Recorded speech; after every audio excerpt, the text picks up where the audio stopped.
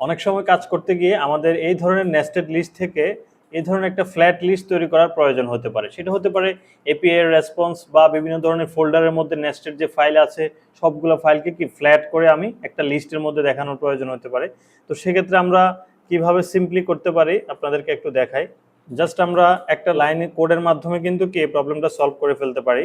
যে আমার এখানে দুইটা লুপ চলবে মূলত, একটা হচ্ছে কি আউটার লুপ, এই আউটার লুপের মাধ্যমে হচ্ছে কি আমার প্রতিটা কি আমি লিস্টকে নেস্টেড লিস্ট যেহেতু আমার ভিতরে যে লিস্টগুলো আছে এই লিস্টগুলোকে কি আমি বের করব, এরপর ওই লিস্টের ভিতরে আবার লুপ চালিয়ে কি প্রতিটা সিঙ্গেল ভ্যালুকে বের করি আমি হচ্ছে কি এক্স এর মধ্যে আমাদের যে আউটার যে মেইন যে লিস্টে আছে সেই লিস্টের মধ্যে কি ফ্ল্যাটের মধ্যে আমরা এই ভ্যালুগুলোকে কি প্রতিটা ভ্যালুই এক্স এর ভ্যালু হিসেবে 1 2 3 4 5 এভাবে সবগুলো কি সিঙ্গেল ভ্যালুগুলো আমরা ফ্ল্যাটের মধ্যে পেয়ে যাব। আমরা প্রোগ্রামটা একটু রান করে দেখি। যে আমরা এখানে লিস্টটা দেখতে পাচ্ছি। এই ধরনের কোড আপনি এআই দিয়েও লিখাতে পারবেন, বাট তবুও আপনাকে কিন্তু জানতে হবে। এই ধরনের টিপস পেতে আমাদের সাথেই থাকুন।